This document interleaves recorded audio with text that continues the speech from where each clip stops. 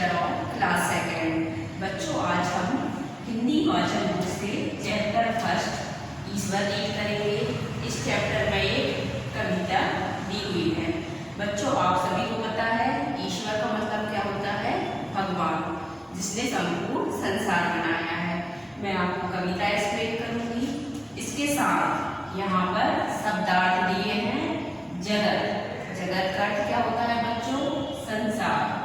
इसके बाद नभ, इसका अर्थ होता है गगन। निशी, दिन, इसका अर्थ है दिवस और रात। शब्दार्थ के बाद मैं आपको कठिन शब्द और प्रश्नोत्तर एक्सप्लेन करूंगी। तो बच्चों, स्टार्ट करते हैं हम चैप्टर फर्स्ट ईश्वर। बच्चों, ये हमारी कविता दी हुई है। मैं आपको एक्सप्लेन करने जा रही हूँ।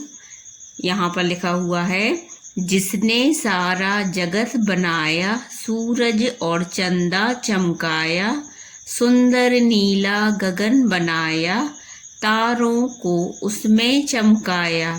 तो बच्चों, इसमें यहाँ पर हमें बच्चे दिखाई दे रहे हैं। वो ईश्वर से प्रार्थना कर रहे हैं कि जिसने संपूर्ण संसार को बनाया है और उस संसार में सूरज और चंद्रमा को भी स्थान दिया है, अर्थात सूरज और चंदा को चमकाया है।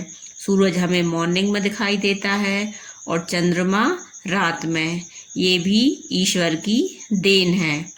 सुंदर नीला गगन बनाया। बच्चे कह रहे हैं जिस ईश्वर ने सुंदर नीला आसमान बनाया है। गगन का अर्थ क्या होता है? आसमान। जिस ईश्वर ने नीला आसमान बनाया है और उस आसमान में छोटे छोटे तारों को चमकाया है ना? ये सब तारे ईश्वर ने ही बनाए हैं। इसके बाद हमारी अगली लाइन है, उपजाऊ धरती को बनाया, फल फूलों से जिसे सजाया, हम उस ईश्वर के गुण गाएं, निशिदिन उसका ध्यान लगाएं। तो बच्चे कह रहे हैं ऐसी धरती जिससे हमें फल फूल अनाज सब कुछ मिलता है, उसको हम क्या कहते हैं बच्चों? उपजाऊ जमीन। और ये जमीन भी हमें ईश्वर से ही मिली है और उस जमीन को ईश्वर ने सुंदर सुंदर फल फूलों से सजाया है। इसके लिए हमें ईश्वर का धन्यवाद करना चाहिए क्योंकि उसने हमें सब कुछ दिया है। इसके बाद हम उस ईश्वर के गुण गाएं। तो बच्चे कह रहे हैं हमें ऐसे ईश्वर जिसने सब कुछ दिया है उसके गुणों का गान करना चाहिए, उसका स्मरण करना चाहिए, डेली उससे प्रार्थना करनी चाहिए। निशी दिन उसका ध्यान लगाएं। निशी दिन, इसका अर्थ होता है दिन और रात। तो हमें मॉर्निंग में भी और रात में भी ईश्वर से प्रार्थना करनी चाहिए। तो बच्चों, ये हमारी कविता है।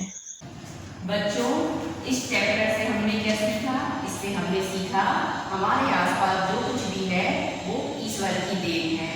हमारे आसपास सूर्य, चंद्रमा, पृथ्वी, फल फूल अनाज, ये सब हमें ईश्वर से मिला है। तो बच्चों, आपको ये कविता समझ में आ गई होगी। आपको ये कविता लर्न करनी है। इसके साथ शब्दार्थ और क्वेश्चन आंसर भी आपको लर्न करना